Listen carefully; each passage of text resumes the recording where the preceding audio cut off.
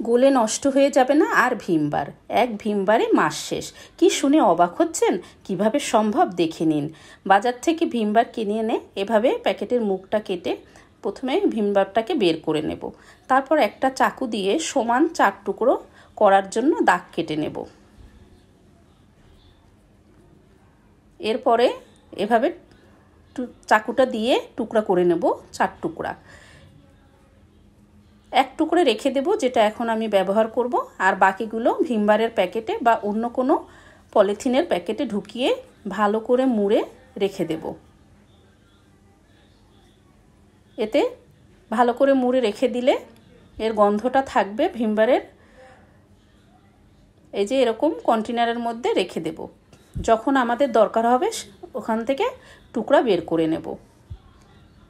এই যে এভাবে সংরক্ষণ করে আমরা রেখে দেব।